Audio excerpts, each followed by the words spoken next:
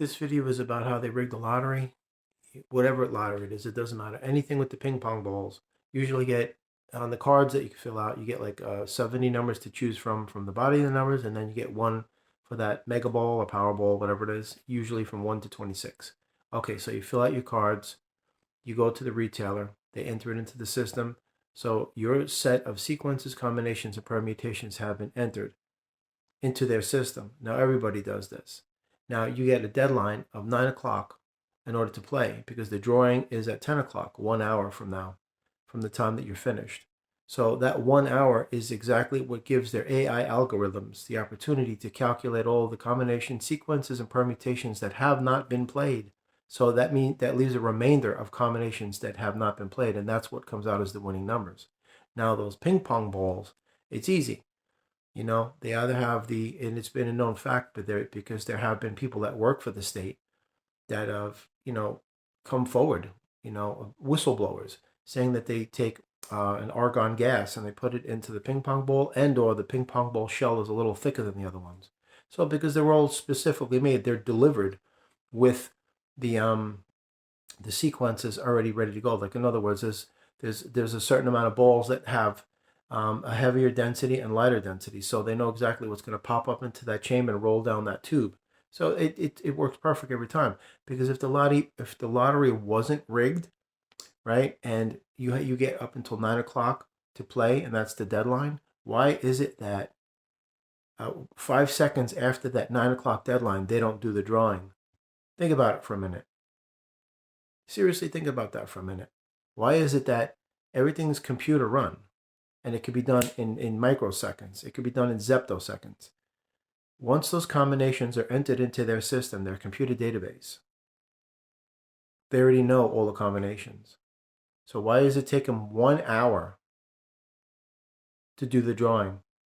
And then what they do is, because years ago they didn't have 70 numbers to choose from and then that mega ball from 1 to 26. They didn't have that.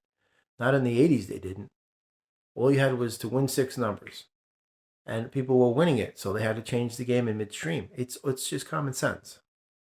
They've been doing this for years and years and years. Some people have come forward, but you never hear from them again. Because they don't want anybody knowing about what's going on. But it's common sense, though. If this was a legitimate game, right? If this was a legitimate game, then what they would do is they would wait exactly 10 seconds after the conclusion of the final game being played, which is the 9 o'clock deadline. So it would be 9 o'clock and 10 seconds, and that's when they would do the drawing.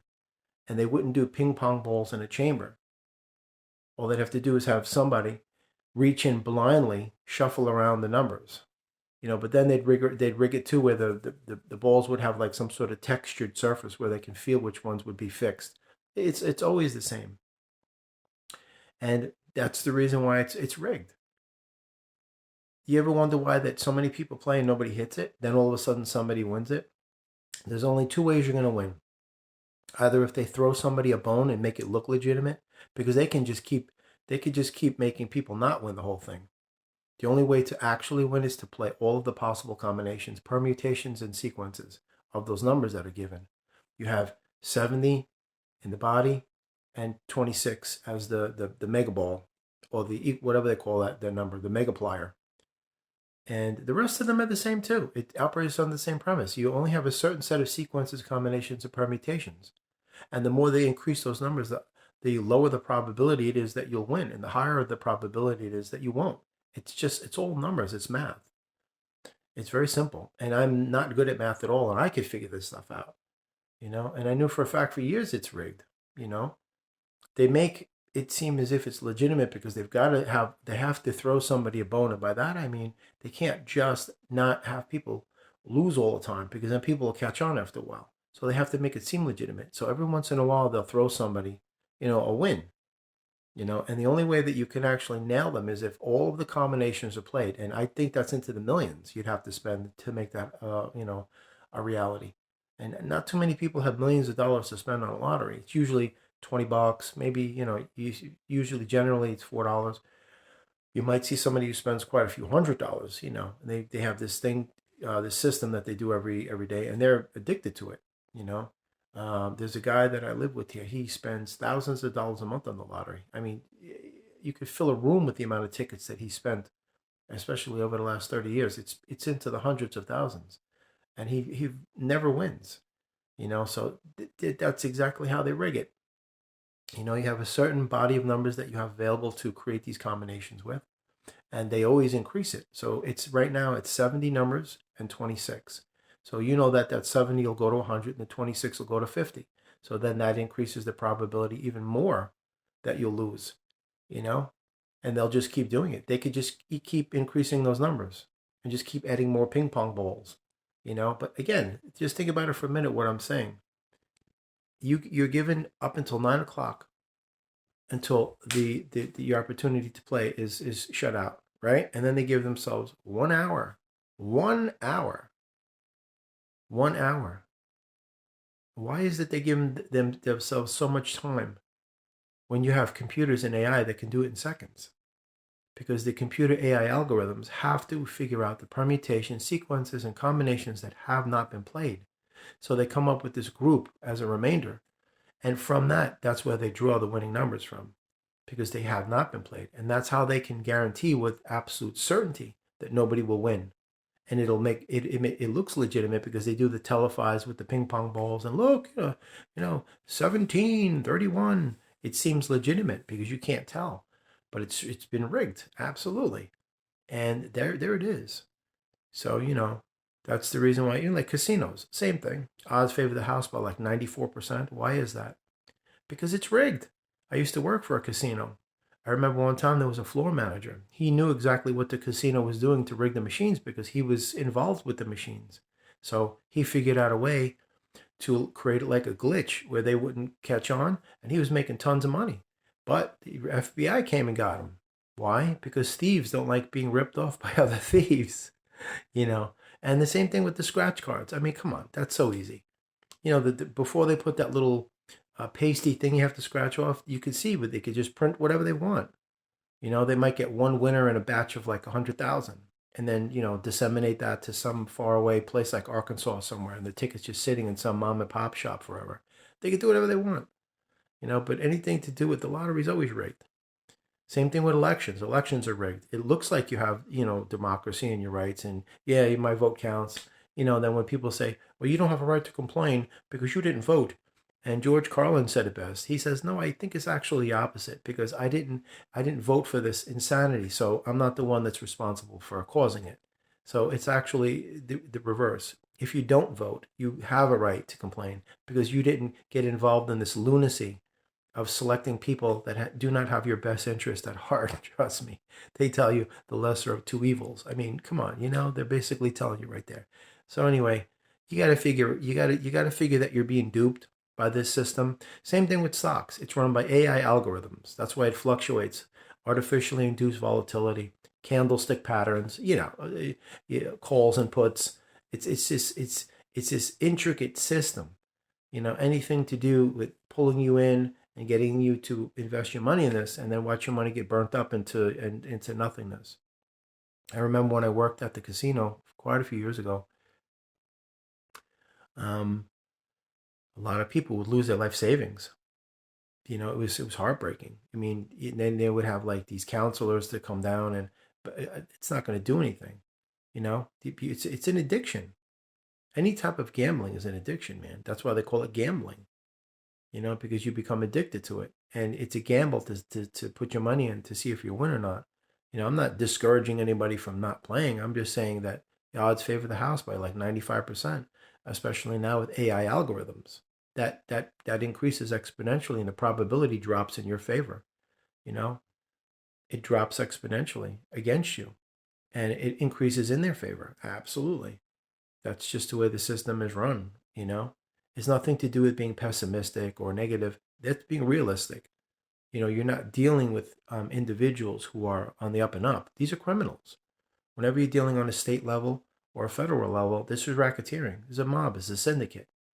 I remember when I worked at the casino, you could see these people come down from the high ups, and you could see they're mobsters. They got pinky rings. They look like they're bouncers. Very intimidating, and that's exactly what's running the show there. So that's it. Very simple. You got a certain series of sequences, permutations, and combinations. They give themselves at least 1 hour buffer so they can calculate the combinations, permutations, and sequences that have not been played.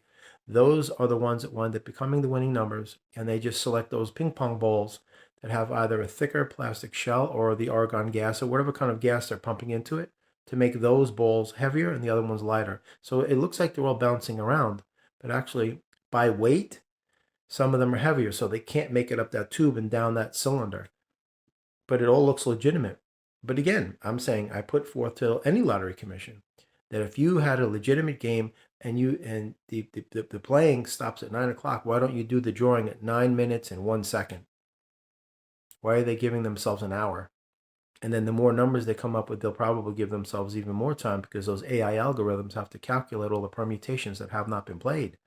And it gives the computers time to set up a scenario where they say, okay, we've got this remainder left over, and we can choose from this. And then we can choose whatever, whatever 5 numbers in the one megaplier or the Powerball or Mega Ball, whatever it is. And that gives them the time to set up those ping pong balls in the proper order. Because then they dump those balls into the batch with the normal ones. And it all looks legitimate.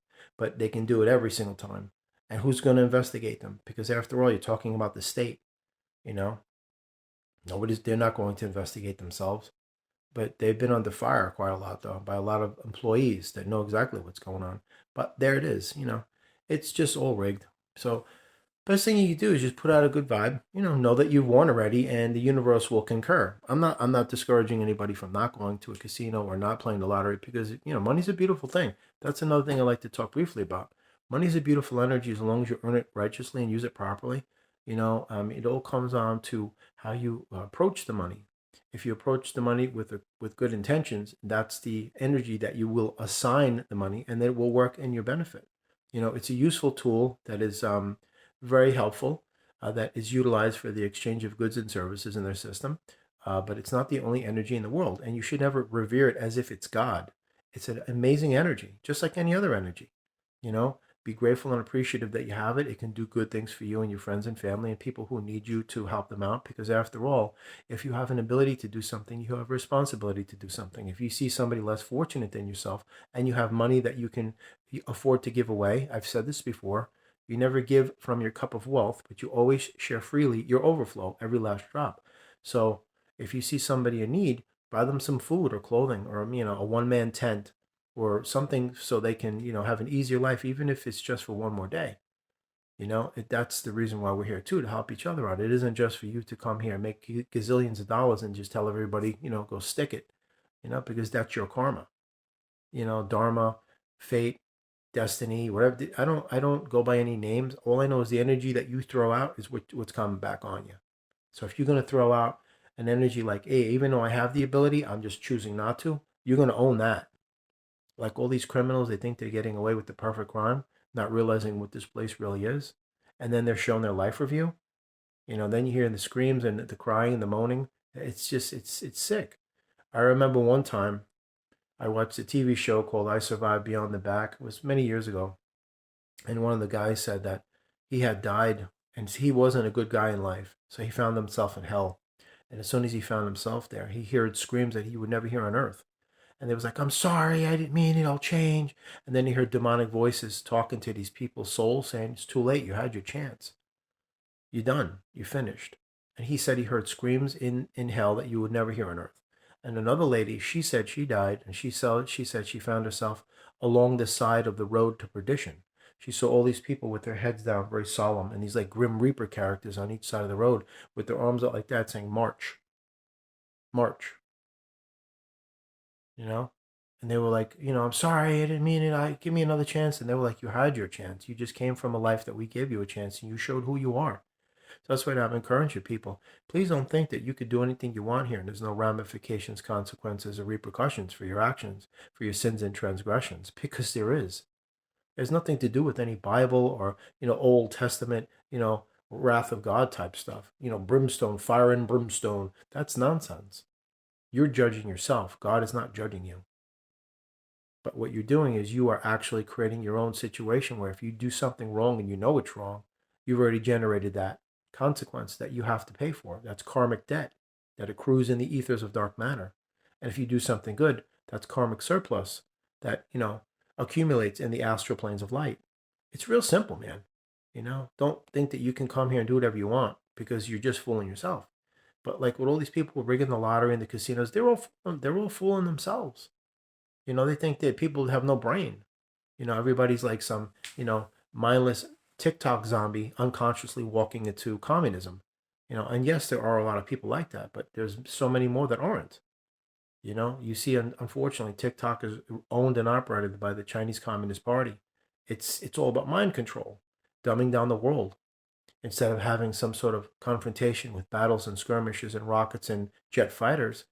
What they're doing is they're just essentially eating away at the nucleus of society like a cancer from the inside out, and watch society decay, almost to be a mongrel society. So this way, when that time comes, they could just, take everybody right out and take control. Because at that time, people won't have any intelligence anymore. And you'll be so poisoned with the foods that they've been feeding you, bioengineered food ingredients and all the other garbage they don't tell you about in the food, that, at that time, it'll be easy for them. But again, they keep forgetting my God. But anyway, I hope this video helped you, give you some insight. But it is the truth, though. It isn't something I just, dreamt up in my head. It's the truth.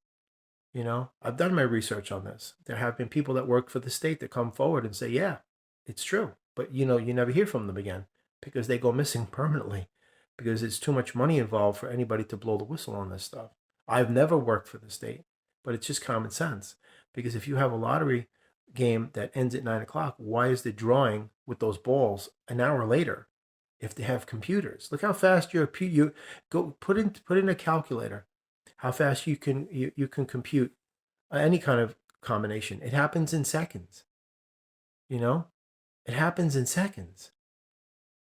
AI algorithms and computers can operate in seconds. All they have to do is scour all of the combinations, because don't forget, when those combinations come in and they're played, they're entered into the system, so they already know what they're stacking a database.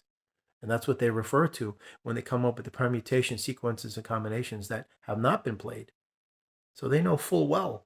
Trust me, that's how it works.